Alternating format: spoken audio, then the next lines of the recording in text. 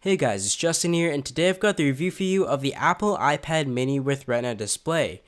The device on the outside is pretty much the same for the most part, however on the inside there is some prominent features that have been added to it, including the Apple A7 processor as well as a Retina display that we have long awaited for. The display now features a 2048 by 1536 resolution packed into a 7.9-inch display having a PPI of 326. So this time around, the iPad mini with Retina stacks right up to its larger brother, the iPad Air, in terms of the specs and the screen resolution, the only difference coming in the form factor and screen size. But of course, the primary selling point of the iPad mini with Retina display is the display itself, hence why certain people will be willing to pay the extra $100 for the much better screen resolution and clarity. And trust me, it is definitely noticeable, especially when you're reading text. The iPad mini now weighs in at 331 grams and 7.5 millimeters thick. Although Apple didn't really tell us, the previous generation was only 7.2 millimeters thick and weighed in at 308 grams. Though these changes aren't significant, they're definitely there, indicating to us that those extra pixels probably weigh more.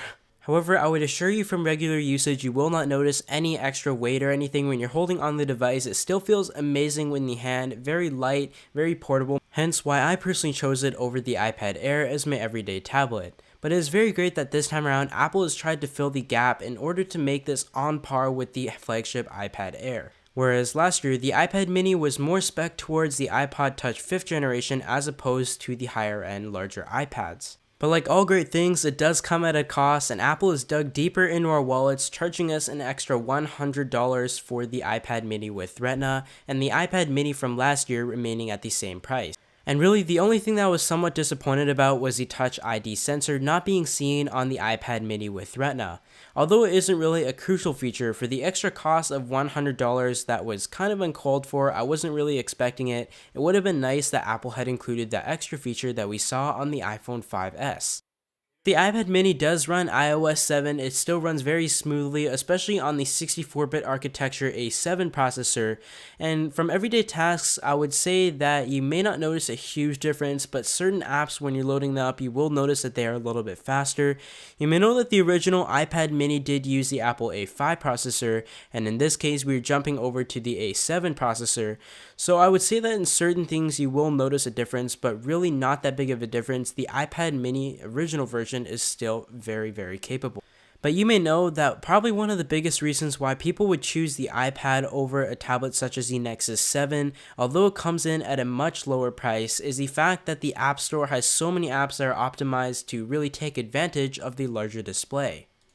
On the rear, you've got your 5-megapixel camera that is capable of taking 1080p video. You'll also notice another mic slot on the back, just a tiny little pin on the back of the device. It does have the dual mics, and on the front, you've got a 1.2 megapixel camera that can do 720p video. So the camera is one of the things that stays the same between the iPad mini and the Retina iPad mini. You can see that the photos are decent, though they're not anything amazing, but I would say that they're definitely good enough for a tablet, and compared to some other tablets out there, it definitely beats it out. So this is just a video and dual mics test on the iPad mini with Retina display. I am using the dual mics built into this, and you can see here's my desk setup. It is actually pretty messy right now as I'm trying to get my homework done while I am editing this video. So let me know what you think about the quality in terms of the video quality on the camera itself. The quality on the front-facing camera still looks pretty good, I'd say. Nothing amazing or anything, but the primary use that a lot of people will be using the front-facing camera for is for FaceTime or Skype, for example, which in that case I would say does a pretty good job. So now on to my final thoughts of the iPad mini with Retina display. The two most widely asked questions will likely be whether it's worth the upgrade from the existing iPad with no Retina display, or for people who do not actually have an iPad mini right now, whether it is worth the extra $100 to jump to this model as opposed to the previous generation. And in my personal opinion, I would say definitely. Coming from the iPad mini to the iPad mini with Retina display, I didn't really notice a huge difference in terms of everyday tasks, although the processor is significantly better on the spec sheet. However, the Retina display itself I feel is worth extra $100. If you don't think the iPad mini has a bad screen or you don't really mind it, I guess it's fine and just save that extra $100, but I'd say for most people out there, the Retina display is kind of a must-have, at least for me, and I think it's definitely worth the upgrade. Aside from that, I hope you guys enjoyed this video, and I'll see you all in the next one.